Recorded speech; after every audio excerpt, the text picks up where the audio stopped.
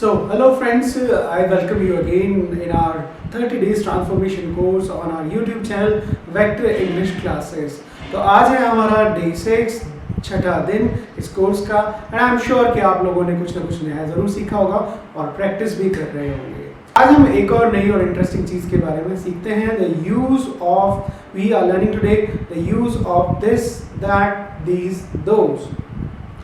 बहुत बार सुना होगा आपने दिस दैट दीज दोज, बड़ी सिंपल सी चीज़ है, आपको पता भी होगा, लेकिन मैं समझाना ही चाह रहा हूँ कि इस छोटी सी चीज़ को अगर आप लेते हैं, इनके साथ इज़ेमार लगाते हैं, तो आप एक छोटा सा बड़ा अच्छा सा सेंटेंस बोल सकते हैं। शुरू में हमें छोटे छोटे सेंटेंसेस बनाने, ज़्यादा बड़े सेंटेंसेस नहीं बनाने। अगर आप ज़्यादा बड़े सेंटेंसेस बनाना चाहेंगे जैसे आप हिंदी में बोलते हैं, तो फिर गड़बड़ हो जाएगी, आपकी इंग्लिश जो है वो गड़बड़ हो जाएगी। आप कुछ शायद बोलना सीख जाएं, लेकिन जो बोलेंगे वो ग्रामेटिकली गड़बड़ सा होगा। तो अच्छा है शुरू से आदत अच्छी डालें, अच्छी अच्छी चीज़ें सीखें। चलिए शुरू करते हैं। सो हमारे पास 4 वर्ड हैं आज, this that these those, 4 word हैं। इसमें से दिस और दैट जो है वो होते हैं सिंगुलर, यानी वो एक के लिए यूज होता है।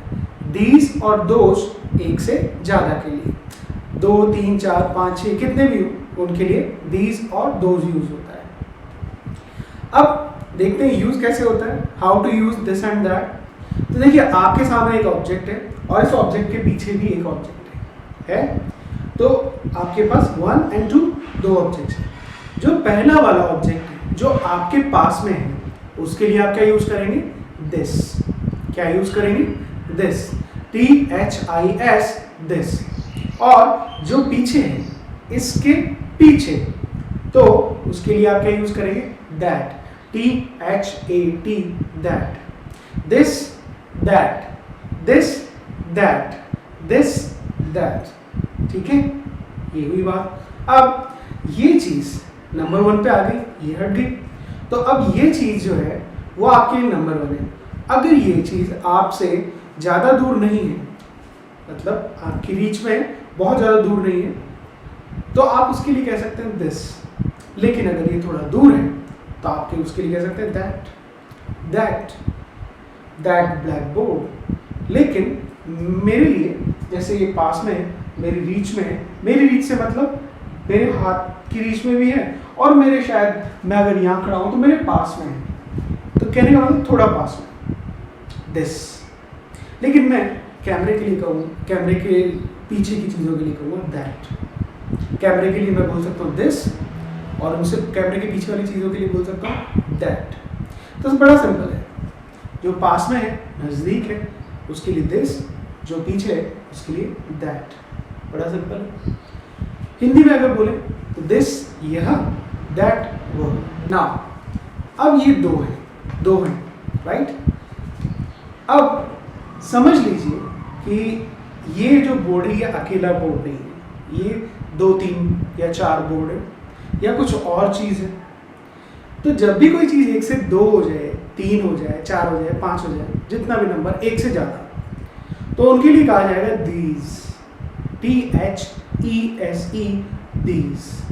और इनसे पीछे वाली चीज़ों के लिए, लेकिन ये 1 से ज़्यादा होनी चाहिए, तो उनके लिए कहा जाएगा दोज, THOSE, दोज। आप समझे बात को, दीज 1 से ज़्यादा पास में, दोज इनके पीछे थोड़ा दूर। अगर ये ना हो, ये बोर्ड है, बोर्ड पे कुछ लिखा हुआ है, लेटर्स मान ले, तो ये दूर है थोड़ा, तो हम कह सकते हैं those letters on the board, वो लेटर्स जो बोर्ड पे लिखे हुए हैं। तो क्यों, हम थोड़ा दूरी बताने के लिए, क्योंकि वो हमसे थोड़ा हमारी रीच में नहीं है। तो बड़ा आसान है, सिंपल, दिस दैट एक, दीज और पीछे अगर बहुत सारे तो दोज। अभी 2 से 3 हो, 4 हो, 5 हो, से कोई फर्क नहीं पड़ता। ठीक है जी। तो क्या सीखा हमने, सबसे पहली चीज तो ये, तो हमने क्या सीखा, this that these those.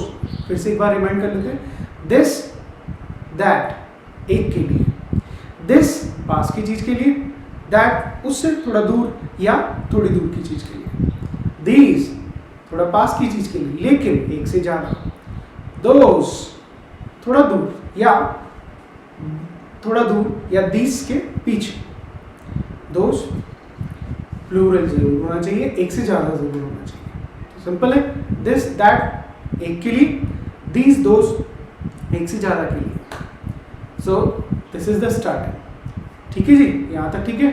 So far so good, so far so good, सब बढ़िया यहाँ तक ठीक है? सो फार सो गुड, बढ़िया, बहुत बढ़िया, बहुत बढ़िया। नाउ अब इसे यूज कैसे करना है सेंटेंस में वो देखते हैं, बड़ा मजेदार है, कोई मुश्किल नहीं है। नाउ एजएमआर वाजर के बारे में हमने पुराने वीडियोस में बात की है। If you want to tell about present tense, if you want to talk about present tense, अभी के बारे में बात करनी हो, जैसे मैं अभी वीडियो बना रहा हूँ या जो भी कर रहा हूँ, then I use is and are. जो चीज जैसी है उसको बताने के लिए क्या यूज करेंगे? इज एम आर, और जो था उसके लिए यूज करेंगे was were. This is, this के साथ क्या लगा देंगे? इज। दिस सिंगुलर है, सिंगुलर के साथ क्या लगता है? इज। This is. अब इसके बारे में बात करें, ये कितने हैं? एक, यानी कि अ। जब कोई चीज एक होती है तो उसके लिए ए यूज किया जा सकता है। ए बोले या अ बोले, शुरू में ज्यादा ध्यान देने वाली बात नहीं है, ए बोले या अ बोले। A blackboard, this is a blackboard. ठीक है जी। अब अगर दूर है ये चीज तो हम क्या बोलेंगे? That is a blackboard, that is a blackboard. क्या मुश्किल है? कोई मुश्किल नहीं है। दिस या दैट को यूज किया, उसके साथ में इज एम आर लगाया और फिर हमने लगा दिया अदर वर्ड्स यानी कि नाउन को। This is a board, a board noun. ठीक है। दैट इज अ बोर्ड, ये भी क्या है? नाउन हो गया, बन गया हमारा एक छोटा सा। देखिए, this is a finger, this is a ring, this is a blackboard, this is a thumb, that is a fan, that is a tube light, this is a camera, this is a tripod, that is a laptop, that is the water bottle, this is my student, that is my student, that is my family, these are, that is my family। So friends, जैसा कि हमने समझा this that से sentence बनाना बड़ा आसान है। चलिए शुरू करते हैं। चलिए मेरे साथ बोलिए, this is a camera, this is a camera, this is a laptop, this is a pen, this is a note, this is a car, this is a finger, this is a ring, this is my father, this is my sister, this is my pet, this is my friend। और बहुत सारे sentences इस तरह से बना सकते हैं। अब बात करते हैं दैट के बारे में। इन्हीं सेंटेंसेस को दैट के दैट साथ भी ले ले तो कोई बुराई नहीं, बस थोड़ा सा मतलब बदल जाएगा। That is my friend, that is a pen, that is a pencil, that is a finger, that is a ring, that is a tree, that is a cow, that is a lion, that is a zoo, that is a school, that is a beautiful place. तो है कोई मुश्किल बात? नहीं है, मुझे नहीं लगता कोई बड़ी बात है। दिस दैट को यूज कीजिए, एज एम आर को यूज कीजिए, नाउन लगाइए, बन गया सेंटेंस। बड़ा आसान है, बहुत आसान है। अब हम बात करते हैं किसके बारे में? दीज दोज के बारे में। दीज से बने हुए सेंटेंसेस कोई बड़ी बात नहीं है। दीज और दोज के साथ में आर यूज किया जाएगा। कैसे? These are my friends, these are my classmates, these are my family members, these are branches of a big tree, these are students of a big school, these are students of a government schools, these are intelligent students, these are intelligent students, these are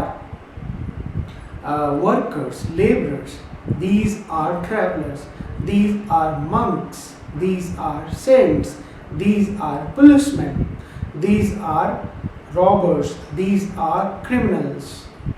बना sentence, बड़ा आसान, कोई बड़ी बात नहीं। दोस्त के साथ भी बिल्कुल ऐसा ही है।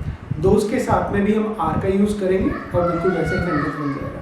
Those are my friends, those are my family members, those are my relatives, those are actors, those are actresses, those are performers on the stage, those are big trees, those are mountains, those are hills, those are wonderful things.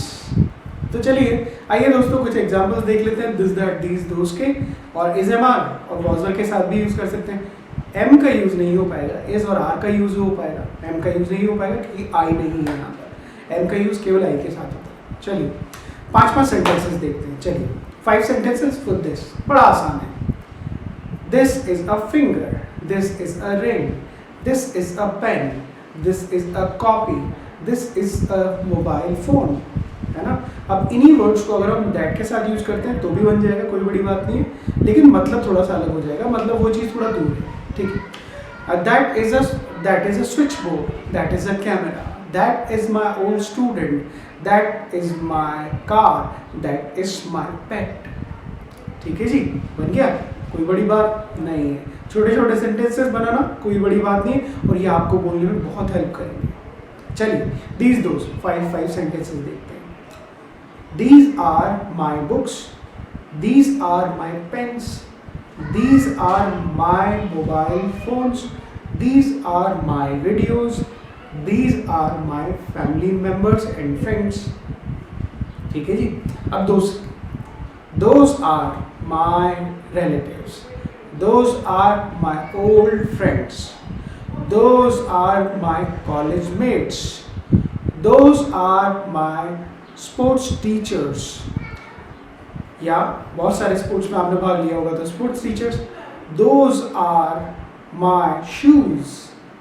बन गए ना sentence, तो कोई बड़ी बात नहीं, कोई बड़ी बात नहीं है। बड़े आराम से, बड़े आसानी से आप दिस दैट बड़े आराम से, बड़े आसानी से आप दिस दैट को, दीज दोस को यूज कर सकते हैं, आर के साथ, इज के साथ, वॉज के साथ और वर के साथ। तो हमने देख लिया इज और आर का यूज, अब वॉज वर का यूज भी देख लेते हैं। चलिए पहले दिस के साथ देखते हैं। दिस दैट दीज दोस, जिन्हें हमने सब्जेक्ट की तरह इज और आर के साथ यूज किया है, इन्हें वॉज और वर के साथ यूज करने से हमारा जो सेंटेंस है वो पास्ट में हो जाता है।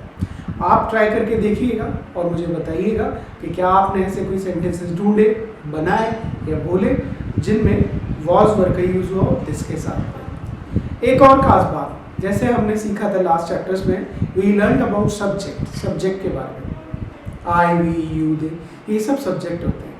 बिल्कुल उसी तरह दिस दैट दीज दोस को भी जब हम इज एम आर या वॉज वर के साथ यूज करते हैं तो वो एक सब्जेक्ट की तरह ही ट्रीट होता है, सब्जेक्ट की तरह ही यूज होता है। ठीक है जी। सो एक बार फिर से रिवाइज कर लेते हैं, क्या सीखा हमने आज। This that these those, this that होता है singular, it is use for one, ये काम में लिया जाता है किसी एक के लिए। दीज दोस, ये काम में लिया जाता है एक से ज़्यादा के लिए, यानी कि बहुत सारी चीज़ों के लिए। दिस पास की चीज़ के लिए, दैट थोड़ा दूर की चीज़ के लिए, लेकिन होनी चाहिए एक। दीज पास की चीज़ों के लिए, दोस दूर की चीज़ों के लिए, लेकिन होनी चाहिए एक से ज़्यादा। ठीक है जी, बहुत बढ़िया, आप लोग अच्छा कर रहे हैं, करते रहिए। थोड़ी सी प्रैक्टिस बहुत ज़रूरी है, बिना प्रैक्टिस किए, बिना थोड़ा सा हार्ड वर्क किए किसी काम में सक्सेस नहीं मिलती। But I am sure if you follow this method you will be a better personality, you will learn something new. ठीक है, तो इस वीडियो को यहीं ख़त्म करते हैं। I end this video here. I hope you all will practice what we learn today and will send me your recordings and homework, right? So I end this video here and I'm sure you like this video. So keep watching, keep listening, keep practicing and have a nice day. Bye.